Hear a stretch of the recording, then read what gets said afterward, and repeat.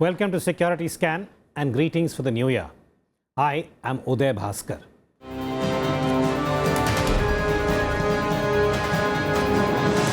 As the new year unfolds, the received wisdom is that 2017 will be a year of many uncertainties and that the prevailing global strategic framework is likely to be rearranged in an unexpected manner.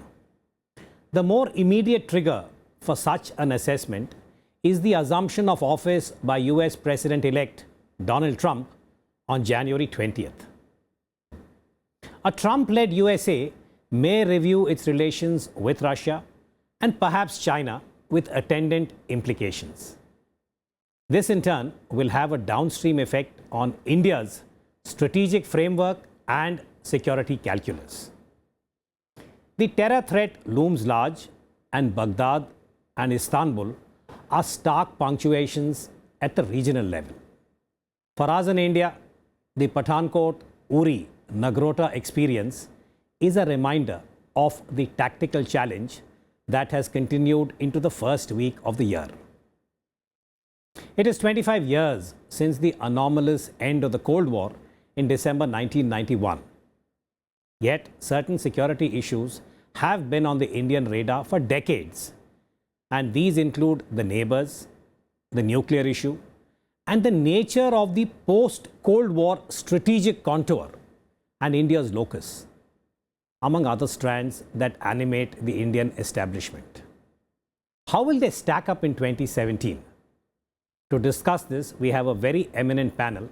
Allow me to welcome and introduce Ambassador Shivshankar Menon, former Foreign Secretary and National Security Advisor, and Professor W.P.S. Sidhu from the New York University, a noted security analyst. Let me turn to you first, Ambassador Menon. More recently, you have authored a book, and I think it has a very interesting title, Choices. And there you focused on 5 issues, which, from your perspective, presented a fairly complex challenge for the highest levels of India's national security, the apex, as it were. So my question to you, and I hope it's not an unfair question, in 2017, whether it's China, United States, Pakistan, terrorism, nuclear, how do you think they'll stack up? Well, I think it's interesting. Our interests are still the same. You mentioned strategic continuity since the end of the Cold War. But I think if you look at what we'll have to react to, what we need to adjust to, number one is, again, what you mentioned, the new US administration under President Trump, which nobody's very sure how it will work, but clearly it has differences from its predecessors in terms of its attitude to globalization, in terms of its attitude to engagement in the Asia-Pacific, its relationship with China. It wants to rework those. So we'll have to, I think, see how that develops. The other preoccupations in our neighborhood, we still have to deal with terrorism and with cross-border terrorism out of Pakistan. Relations with China will probably need to be recalibrated because the old modus vivendi, which worked reasonably well for 30 years, I think that has changed. China has changed, India has changed, the environment has changed. So we need to find a new way of dealing with that. And for me, what is most important, because after all, what's the goal of our policy? It is to enable the transformation of India into a prosperous, modern, secure, stable state. The world economy. None of us is really sure how that is going to develop. We still are not out of the after effects of the 2008 world economic crisis.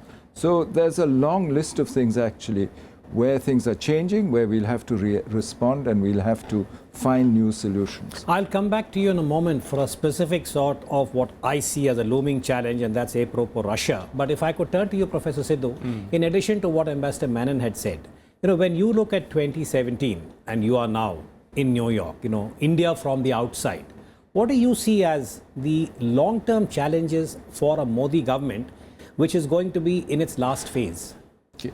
Well, before I answer that, I think it's important to look at 3 or 4, actually 5 trends which are, against which all of these challenges are unfolding. First has already been mentioned, but worth reiterating. There is a tussle, if you like, between globalization and nationalism on the one hand. Related to that also, one might argue that there is a tussle between the postmodern movement, where countries may want to give up some degree of sovereignty for greater globalization, or a more modern, traditional notion of sovereignty. That's the second element. Third is, the drive towards populism. This is another thing you're seeing right across globally, and also true of India.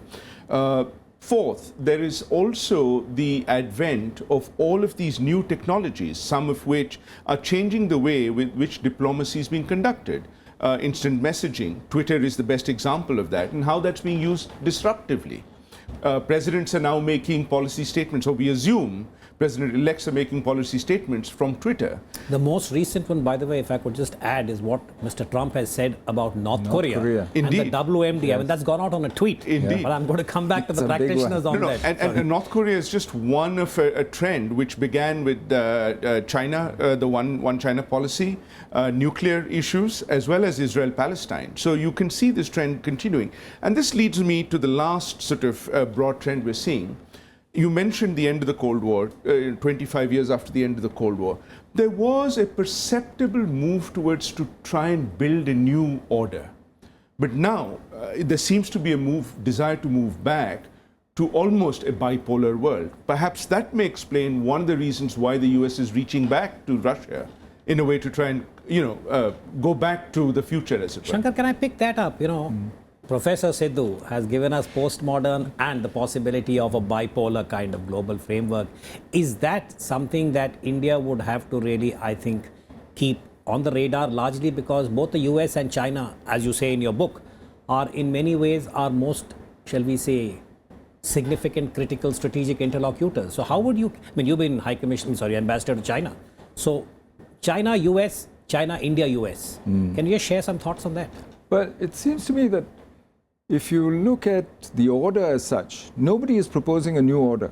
In fact, the greatest beneficiaries of the open international trading and investment system, globalization, in the world were number one, China, number two, India. So, what China is proposing is additions and changes, just like us, improvements in the order, which make it serve our interests better, so that we have a bigger voice in it. That argument is still not settled. We'll have to see how it develops with the new Trump administration, with other stakeholders in the system. The triangle itself, if you look at what China does with the US, in fact, she does much more with the US than India does with the US. The weak leg of that triangle is really India-China. That's the one that needs work. If you want to find balance, find an equilibrium which works well, so that irrespective of the ups and downs in China-US relations, because it seems to me that that is likely to stay one of both cooperation and competition. They have such tremendous economic interdependence that strategic competition cannot completely override it, and vice versa. And that's also our situation with China.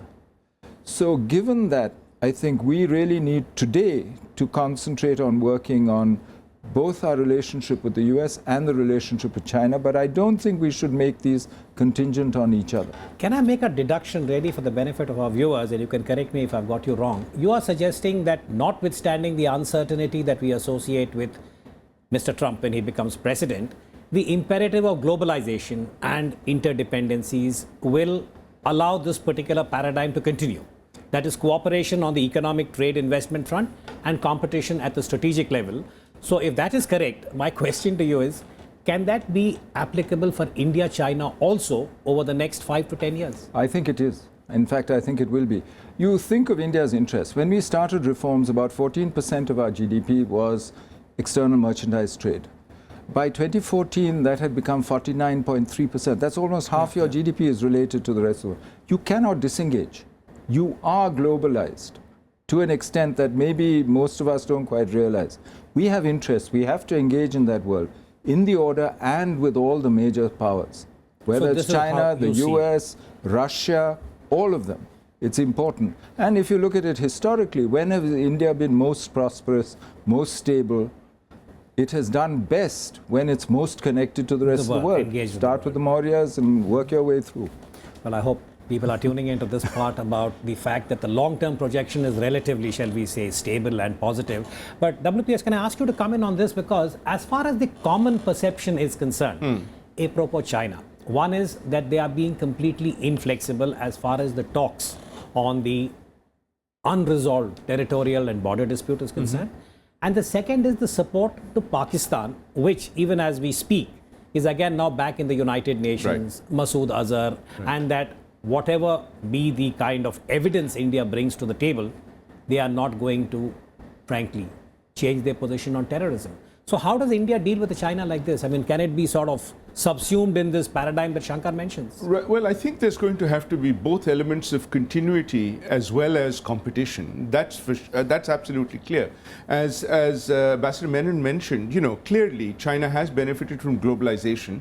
But precisely because it's benefited, the US is now pushing back, and because they see globalization is going against their interests. So that's why you're seeing some of this, actually on the part of the US, to try and renegotiate some of the existing status quo, which has been there, as it were. So that, in a way, actually does give India, I think, a strategic space to look at, how it might want to consider some of the opportunities that, in fact, Chinese initiatives provide, like the One Belt, One Road, for example, and others where it needs to certainly challenge China.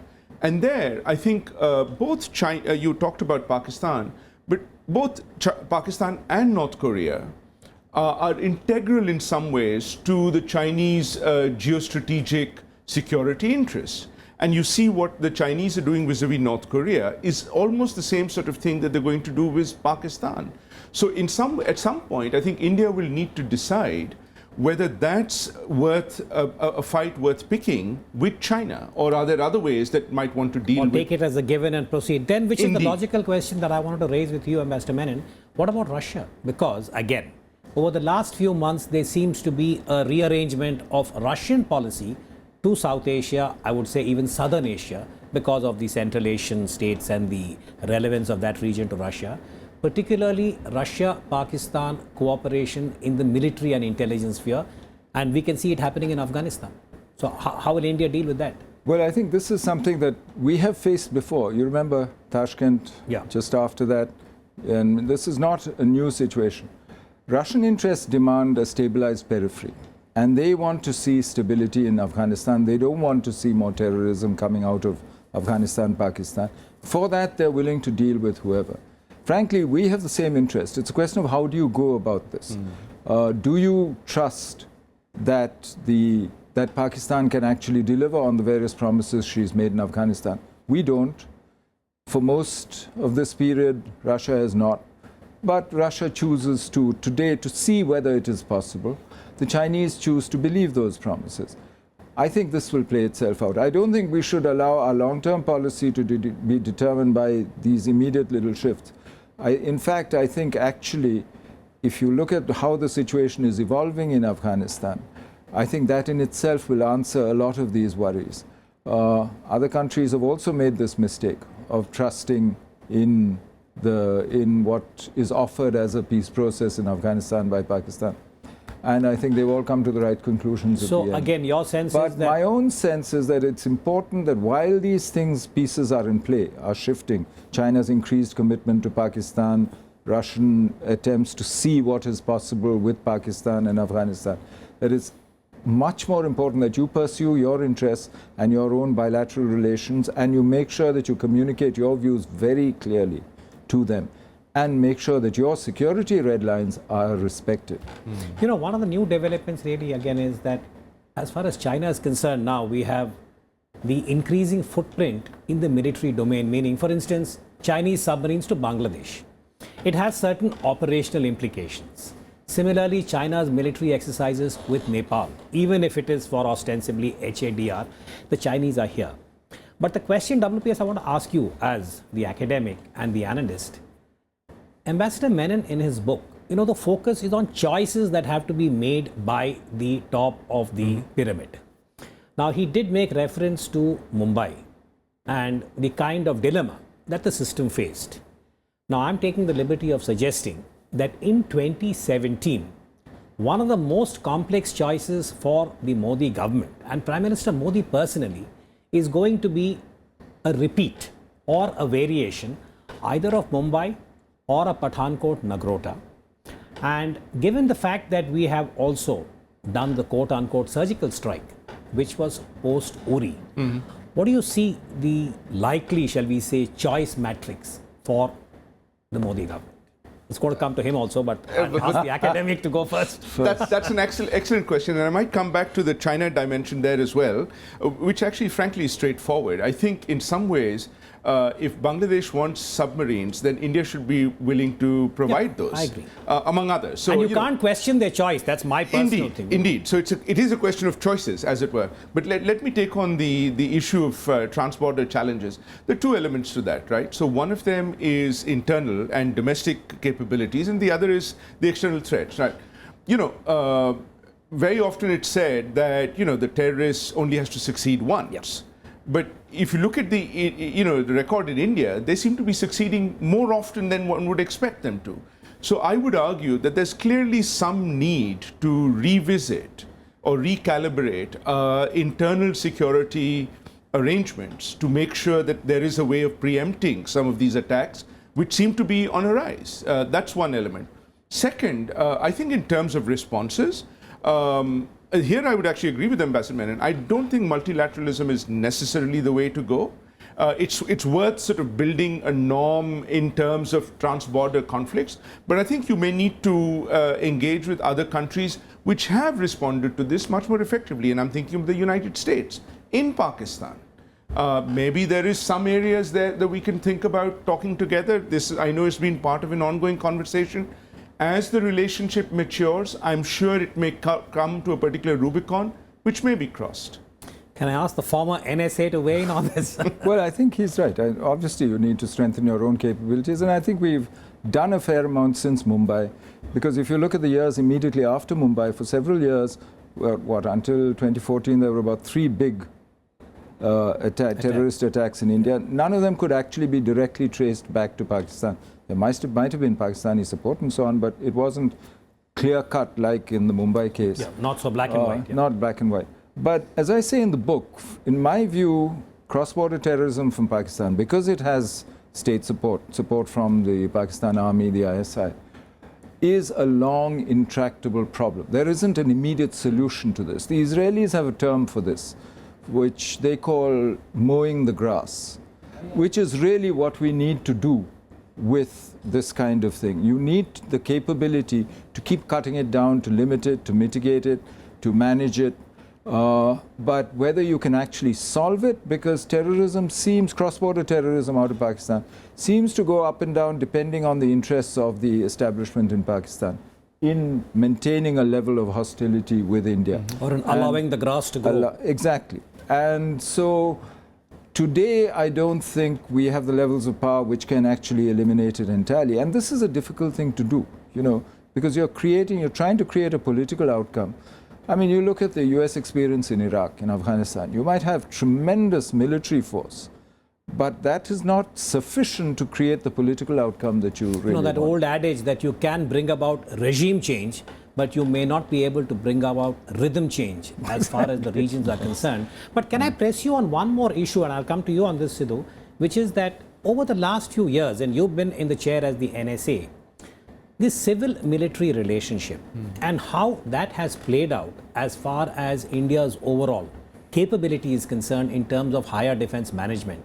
The reason I'm flagging this is, you're familiar, we had the Kargil War of '99. We had the late Mr. K. Subramaniam being the chairman of that particular task force, and I would say as an analyst again and someone who was on the fringes of this, that some very eminent suggestions were made about the long-term structural changes. That was 2000. Mr. Vajpayee was Prime Minister. We've had 3.5, if I may say so, national security advisors from then to now, from Mr. Brijesh Mishra to your tenure. But yet, the civil military remains almost, I often say, it's like crossing a chasm in 2 leaps. So where is that going? Well, let me, just to put it in perspective, if you look at it, we have actually changed the nature of how we handle security issues considerably over time, especially external security issues. I mean, we did learn lessons from Kargil. I mean, most of what you see today as structures is really post-Kargil, whether it's the NSC, whether it's, you know, NTRO, whether it's also the way we handle intelligence, the way we also... What we have done much less of is reforming our internal security structures. We did some after Mumbai, but much less. So most of what the Kargil Committee recommended, except perhaps the most obvious one is the CDS. The CDS, yeah. I think apart from that, most of it actually has been implemented in letter and mostly in spirit. I think we have done most of that. That doesn't mean we don't have to keep changing. We have the Naresh Chandra Committee, for instance, which looked at it a few years ago, and that also came up with a series of recommendations, again, most of which government has accepted. I think when we look at civil-military relations, I think we are now talking about a whole new area. You know, to talk of, we have built structures to handle the end of the spectrum of violence, I mean nuclear war. Conventional war, I think we've learned from our lessons, whether it was 65, 71, and so on, 62. Each time we have Kargil, we have made a big... What we're now looking at is the whole asymmetric, the lower end of the spectrum, and how do civil-military relations have to be to deal with that. That's not a problem that any country in the world has solved today.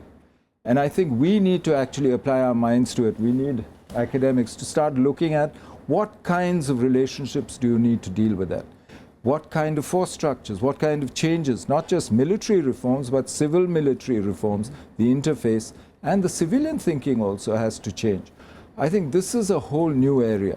And a lot of this, you know, uneasiness that you hear from both sides of the equation, civilians, sure. In fact, three sides, the politicians, civilian bureaucrats, a lot of that is because we still haven't quite worked this part out. Found the equipoise, but if you will. If you ask me, for most of the conventional spectrum, the nuclear part, in fact, we've actually built that up in the last 15 years.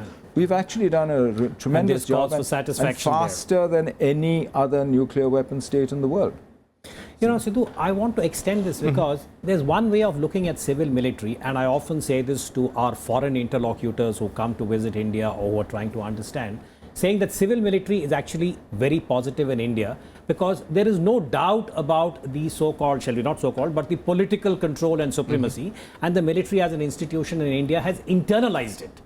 But in terms of the other issues which you're familiar with, how would you characterize this civil military in India? Absolutely. In a conceptual way? And I'll have to request you to keep it brief because of the time. I certainly will. And I think it's interesting, you know, you talked about civil military, and I think it's worth remembering that the position of the National Security Advisor is new, relatively new. So I think, you know, you can see that there's been some movement on some of the security dimensions, critically so, because it was considered vital.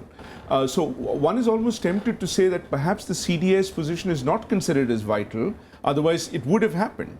But clearly there is a growing need for it to complete that spectrum that Ambassador Menon talked about and make sure that it does occur. Well, I hope your next paper will look at this and maybe contribute. But at the end of the day, however uncertain and complex the security challenges may be for India in 2017, how they will be addressed or managed will be directly related to two factors. One, of course, is India's comprehensive national power and the clarity, resolve, and institutional integrity with which the challenge is identified and overcome. There are many seemingly intractable elements, as our discussion suggested. For example, the inflexible hostility of the deep state in Pakistan, the adversarial position adopted by China on issues directly related to Indian security, the structural deficiencies in India's higher defense management. This is a long list. But when it comes to core national security interests, India will have to rely on its own capabilities. And these will have to be maximized through professional military competence in the first instance and deft politico-diplomatic acumen. Given the polycentric kind of global order that is evolving in a non-linear manner, India may be moving towards being multi-engaged yet unaligned, as Delhi seeks to maintain stable and cordial relations with the major powers who are independently pursuing their own national interests. In this overlapping strategic domain that is often opaque, sometimes contradictory, India will have to leaven strategic perspicacity with institutional dexterity, traits that have to be continuously honed.